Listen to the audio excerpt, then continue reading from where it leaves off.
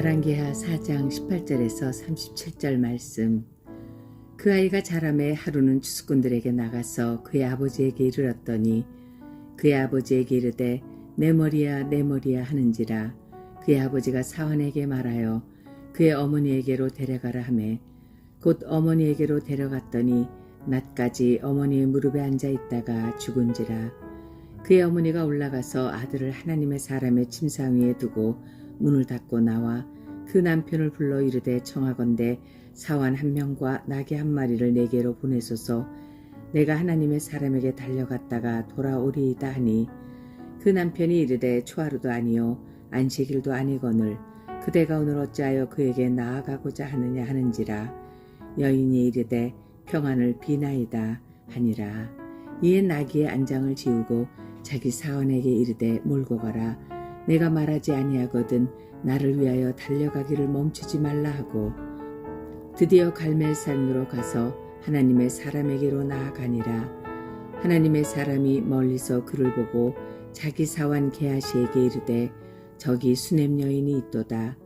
너는 달려가서 그를 맞아 이르기를 너는 평안하냐 네 남편이 평안하냐 아이가 평안하냐 하라 하였더니 여인이 대답하되 평안하다 하고 산에 이르러 하나님의 사람에게 나아가서 그 발을 아는지라. 게하시가 가까이 와서 그를 물리치고자 하매 하나님의 사람이 이르되 가만두라. 그의 영혼이 괴로워하지만은 여호와께서 내게 숨기시고 이르지 아니하셨도다 하니라. 여인이 이르되 내가 내 주께 아들을 구하더이까 나를 속이지 말라고 내가 말하지 아니하더이까 하니 엘리사가 게하시에게 이르되 내 허리를 묶고 내 지팡이를 손에 들고 가라. 사람을 만나거든 인사하지 말며 사람이 내게 인사할지라도 대답하지 말고 내 지팡이를 그 아이 얼굴에 놓으라 하는지라. 아이의 어머니가 이르되 여호와께서 살아계심과 당신의 영혼이 살아계심을 두고 맹세하노니 내가 당신을 떠나지 아니하리이다. 엘리사가 이에 일어나 여인을 따라가니라. 게하시가 그들보다 앞서가서 지팡이를 그 아이의 얼굴에 놓았으나 소리도 없고 듣지도 아니하는지라. 돌아와서 엘리사를 맞아 그에게 말하여 아이가 깨지 아니하였나이다 하니라. 엘리사가 집에 들어가 보니 아이가 죽었는데 자기의 침상에 눕혔는지라. 들어가서는 문을 닫으니 두 사람뿐이라. 엘리사가 여호와께 기도하고 아이의 위에 올라 엎드려 자기 입을 그의 입에 자기 눈을 그의 눈에 자기 손을 그의 손에 대고 그의 몸에 엎드리니 아이의 살이 차차 따뜻하더라. 엘리사가 내려서 집안에서 한번 이리저리 다니고 다시 아이 위에 올라 엎드리니 아이가 7번 재치기 하고 눈을 뜨는지라. 엘리사가 게하시를 불러 저 수냄 여인을 불러오라 하니 곧 부름에 여인이 들어가니 엘리사가 이르되 내 아들을 데리고 가라 하니라. 여인이 들어가서 엘리사의 발 앞에서 땅에 엎드려 절하고 아들을 안고 나가니라. 아멘.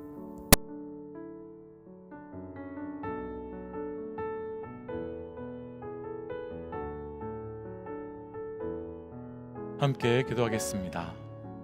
하나님, 온전한 믿음으로 더 십자가 따라 또 예수님 따라 살고 싶습니다. 그 믿음 허락하셔서 그 믿음으로만 살고 믿음으로만 나아갈 수 있도록 인도하여 주옵소서. 이 모든 말씀 예수님 이름으로 기도하였습니다. 아멘. 할렐루야. 우리 삶의 모든 순간 믿음으로 살아갈 수 있도록 삶의 역사를 운행해 주시며 또 그 믿음으로 승리케 하며 또 선포케 하시는 우리 하나님의 이름을 높이 찬양합니다. 오늘 우리가 함께 나눌 말씀의 제목은 어제 말씀의 제목과 동일한 더 깊은 믿음으로, 더 깊은 믿음으로 라고 하는 말씀의 제목입니다. 어제 말씀에서 우리는 더 깊은 믿음으로 나아가기 위하여 영적 분별력과 또 말씀의 사건이 내게 그대로 이루어질 것을 믿는 믿음을 구하자라고 나누었었습니다. 그리고 오늘 말씀은 어제 말씀의 사건과 이어지는 말씀으로 동일하게 우리가 더 깊은 믿음으로 나아가기 위해서 어떤 우리 삶의 방향이, 어떤 삶의 그 반응이 필요한지를 증거하는 말씀입니다. 오늘 말씀을 통해서 우리의 삶에 반드시 더 깊은 믿음의 은혜가 경험되며 더 깊은 믿음으로 한 걸음 나아갈 수 있는 영적 은혜가 있으시기를 주의 이름으로 축복합니다. 어제 말씀에 이어서 더 깊은 믿음으로 계속해서 20절 말씀 함께 좀 읽어보겠습니다. 20절입니다. 곧 어머니에게로 데려갔더니 낮까지 어머니의 무릎 안에 앉아 있다가 죽은지라. 아멘. 어제 말씀에서는 아이가 태어났었지요. 얼마나 기쁘고 얼마나 은혜였을까요? 그런데 그 말씀의 사건은요, 얼마나 기쁘고 감사했는지는 전혀 나오지 않고요, 곧바로 다음에 아이의 죽음의 사건으로 이어지고 있습니다. 아이가 하루는 아버지가 밭에서 일한다는 소식을 듣고 밭으로 따라 나아갔는데 머리야 머리야 하더니 그 어머니의 무릎에 앉아 있다가 곧 죽게 되었습니다. 여기서 우리는 이 여인의 마음을 한번 생각해 보고 싶습니다. 분명 생각하지도 못한 아들이 생겼습니다. 그리고 그 아들로 인해서 너무나 기쁘고 감사한 시간을 분명히 보냈을 것입니다. 그런데 그 아이가 갑자기 죽게 됩니다. 분명 본래 없었던 아들입니다. 아니, 없었던 아들이 아니라 생각지도 못했던 아들이었습니다. 기대할 수도 없었고 바랄 수도 없었던 상황 가운데 생긴 아들입니다.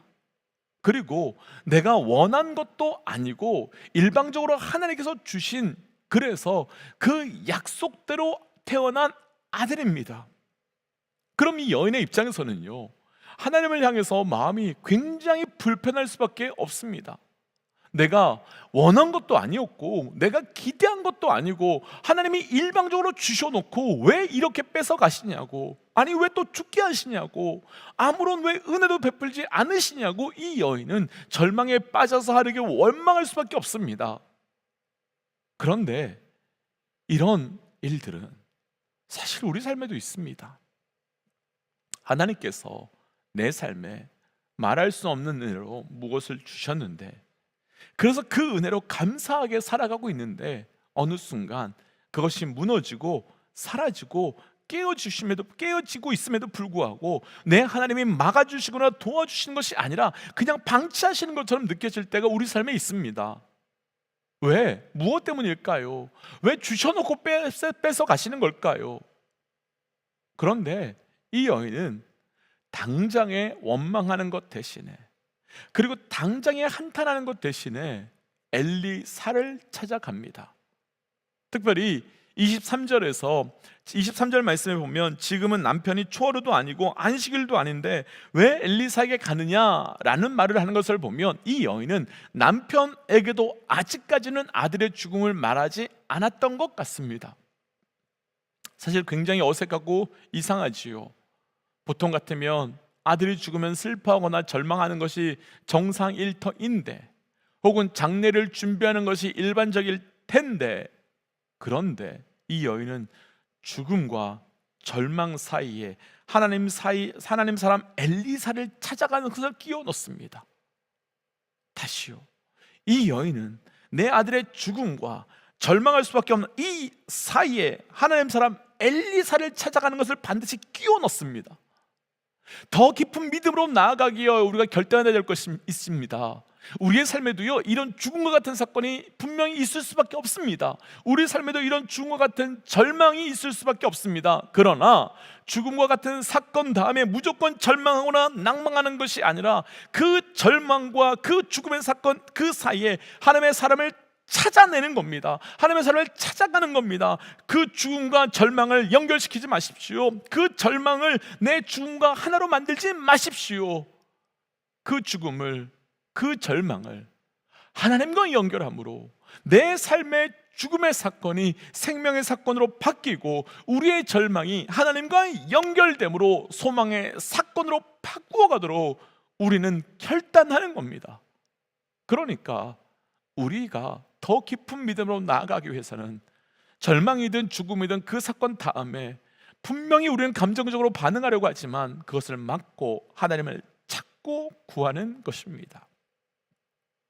그렇게 결단할 때 주시는 은혜가 있는데요, 오늘 본문 34절 함께 읽어볼까요? 34절 말씀입니다. 아이 위에 올라 엎드려 자기 입을 그의 입에, 자기 눈을 그의 눈에, 자기 손을 그의 손에 대고 그의 몸에 엎드리니 아이의 살이 차차 따뜻하더라. 아멘. 여인이 엘리사에게 찾아가서 여인은 아이의 죽음을 알렸습니다. 그 소식을 들었던 엘리야는 급하게 일단은 자기의 종 게하시를 보냅니다. 그런데 이때 여인은 엘리사에게 당신이 가여야 한다고 말하고, 이에 엘리사가 급하게 따라가게 됩니다. 그런데 이때 엘리사는 이해할 수 없는 행동을 하나 하지요.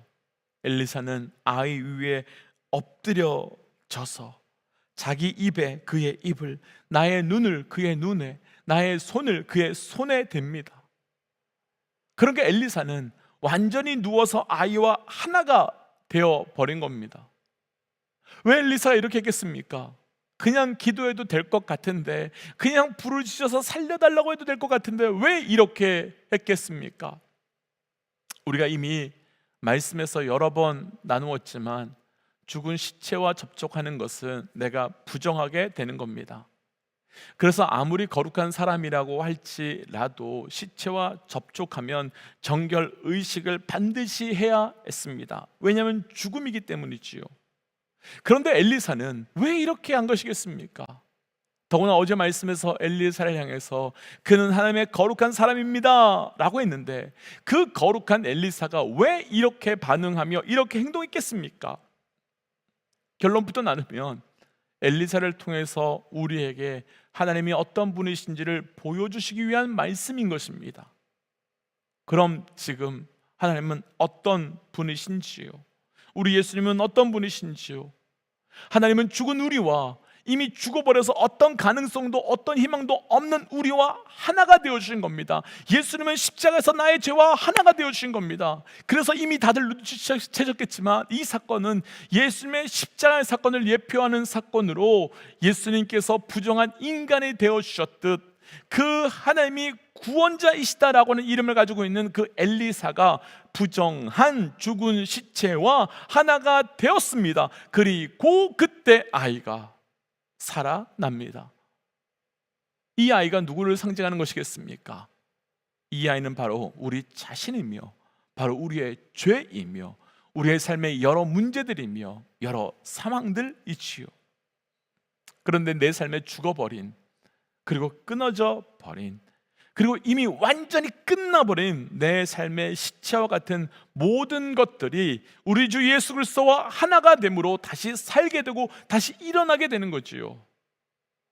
사랑하는 믿음의 동지 여러분, 내 삶에 죽어버린, 그리고 끊어져 버린, 그리고 이미 끝나버린 내 삶의 시체와 같이 되어버린 그것을 우리 하나님께 올려드리시기를 주의 이름으로 도전합니다. 그리고 그때 그분으로 인하여 다시 살아나고 다시 시작되고 다시 출발되는 영적 은혜가 우리 가운데 시작되게 될 것입니다. 더 깊은 믿음으로 두 번째는 36절입니다. 36절 함께 좀 읽어볼까요? 엘리사가 게하시를 불러 저 수넴 여인을 불러오라 하니 곧 부름에 여인이 들어가니 엘리사가 이르되 내 아들을 데리고 가라 하니라. 아멘. 어제 오늘 이 여인의 말씀에서요, 분명하고도 명확하게 질문하고 넘어가고 싶은 한 가지가 있습니다. 하나님은 선물로 주신 그 아이가 그냥 건강하게 계속 잘 살게 하실 수도 있었을 것입니다. 그리고 혹은 이 아이가 불행하게 사고로 죽었다고 하더라도 간단하게 기적과 같은 사건을 통해서 한순간에 이 아이를 살게 하실 수도 있었을 것입니다. 그런데 왜 하나님께서는 어제 오늘 이 복잡한 사건을 통해서 이 아이를 살게 하셨을까라는 질문입니다.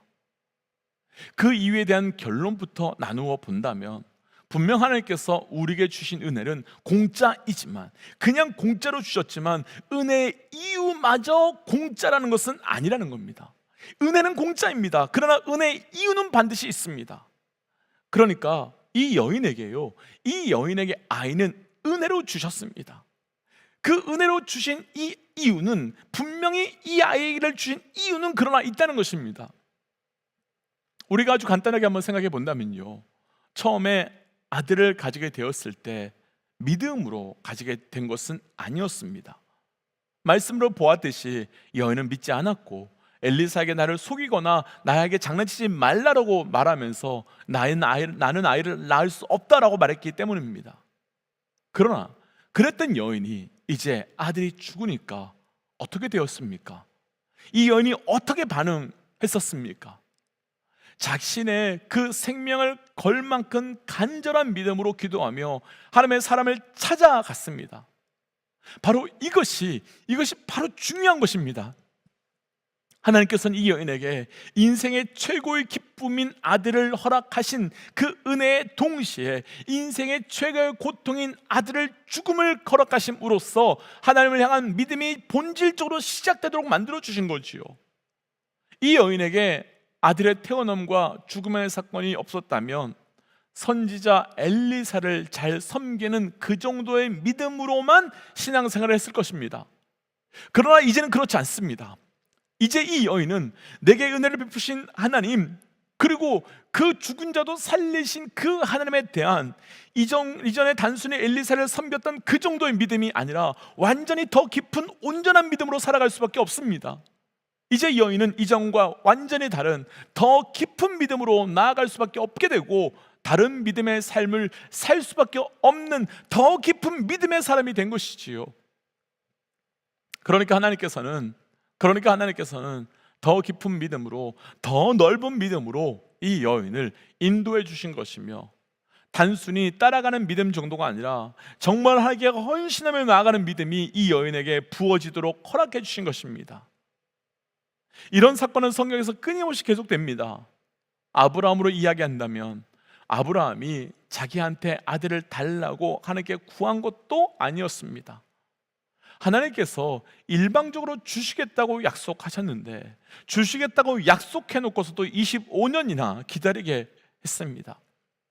하나님이 능력이 없는 분도 아니고 거짓말을 하시는 분도 아닌데 그렇게 하셨다면 그렇게 25년 동안이나 기다리게 하신 이유가 있지 않으시겠습니까?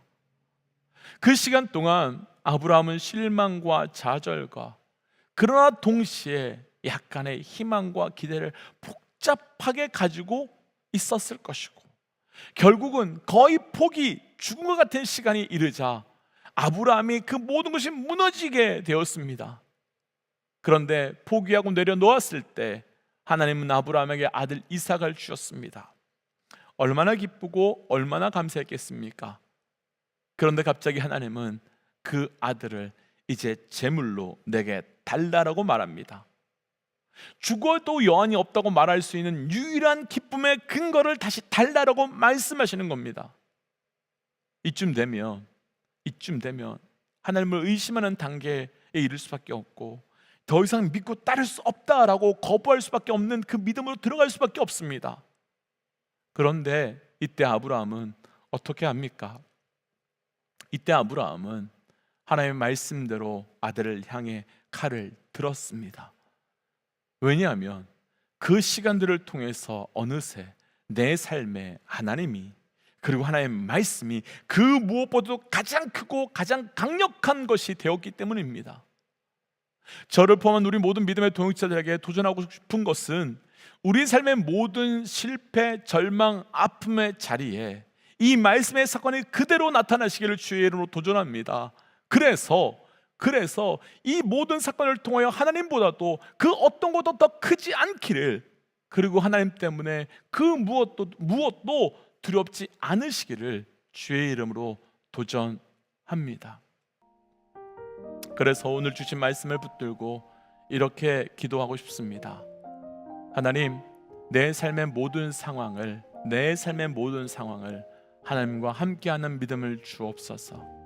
그래서 특별히 어렵고 힘든 자리와 그 순간에서 오히려 더 주님을 찾고 신뢰하는 믿음을, 더 깊은 믿음을 주옵소서라고 함께 기도하겠습니다. 함께 기도할까요? 하나님 주신 말씀을 붙들고 기도하며 나아갑니다. 아버지, 내 삶에 만나는 모든 아픔과 어려움 가운데 더 깊은 믿음을 만나고 더 깊은 믿음을 경험케 하여 주시옵소서. 오직 주께서 주시는 허락하시는 그 믿음으로 살아가며 하나님께서 그 낭만과 좌절의 자리에서 더 깊어지고 더 소망되는 믿음을 우리에게 허락하여 주옵소서.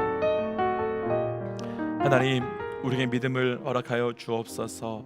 더 깊은 믿음, 더 온전한 믿음. 하나님, 그래서 내 삶에 만나는 그 어떤 상황 속에서도 하나님을 온전히 바라볼 수 있게 하시고 하나님을 따라가는 믿음을 우리에게 허락하여 주옵소서. 이 모든 말씀 예수님 이름으로 기도하였습니다. 아멘. 사랑하는 믿음직 여러분, 믿음으로 사는 겁니다. 믿음 따라가는 겁니다. 함께 선포하고 더 깊은 믿음을 구하며 함께 기도하며 또 삶의 자리로 나아가지요. 함께 기도하겠습니다. 하나님은 살아계십니다. 아멘. 함께 기도하지요.